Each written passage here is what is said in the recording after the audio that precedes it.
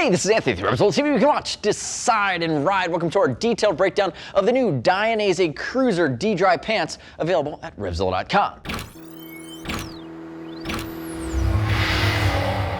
The Dainese Cruiser D-Dry pants serve a very unique place in the Dainese lineup, or in motorcycling for that matter. If we look at them, they are a leather with light textile pant. So leather in the upper, leather across the knees, leather throughout with light Cordura, as well as some S1 stretch panels. But the beauty of this pant, I always say don't take your leather out into the rain, but I will say with the Dainese Cruiser D-Dry, it is meant to get wet and be durable. Removable, waterproof, breathable Dainese D-Dry liner, and you have a fully removable, full-length thermal liner. So true four-season functionality, and if we look at it, it's got a relaxed leather look at it, so you're getting the best from an abrasion and style perspective from leather, then you're getting your waterproof breathability, and you're getting your thermal. So true four-season, and to cover it in the hotter weather months of the year, it's not a Z-liner, it vents directly to the body. You have these massive panels along the thigh that we originally saw with the Drake like 10 years ago.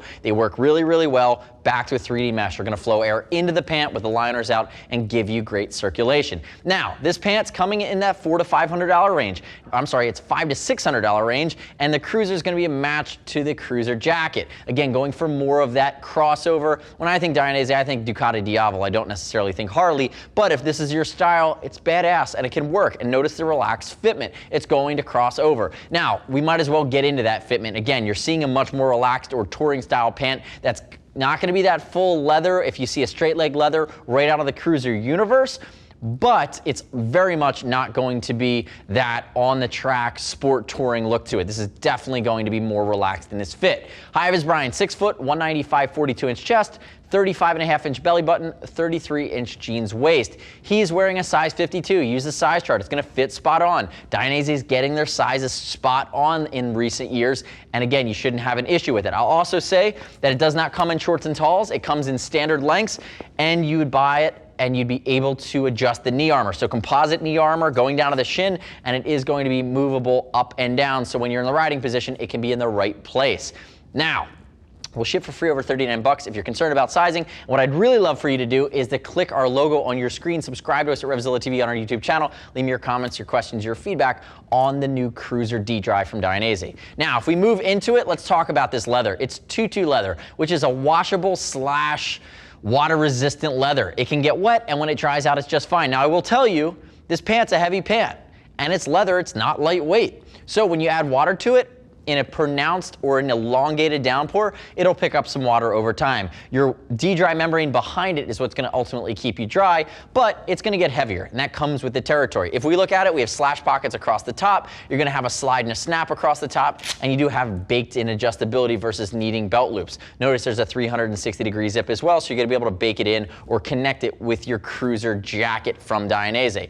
S1 stretch in the crotch. It is going to have a light rip stop to it. It's going to allow for some additional breathability and movement. And as you move your way down, elasticated stretch panels at the tops of the knees. I like that they did Dainese embossing. Remember, you're getting that composite CE rated armor from Dainese that's adjustable, that goes all the way down. And then towards the bottom, you are going to have Cordura 750 working its way in and tying things off. Also going to have Pro Shape armor that's removable and slightly adjustable baked into this pant as well. So you're getting that CE hip armor complement. Turn and face away from me, Hi Vis Brian. If we look at the sides, you're going to see up towards the top here, elasticated stretch panel done in textile, working its way down to the hip. Moving our way down, Dainese logoing subtly. Again, when I think Cruiser, I think crossover, I even think Power Cruiser. They're not into branding. Dainese knows when to back off, so they're giving you little pops of Dainese logoing, but it's not over the top like you'd see from the sport bike side of things. Get some elasticated Cordura down across the back side of the knee, and then towards the bottom here, what you're going to see when I open that up is there is my waterproof breathable lining, and notice it's a basic mesh on the back side of the leather.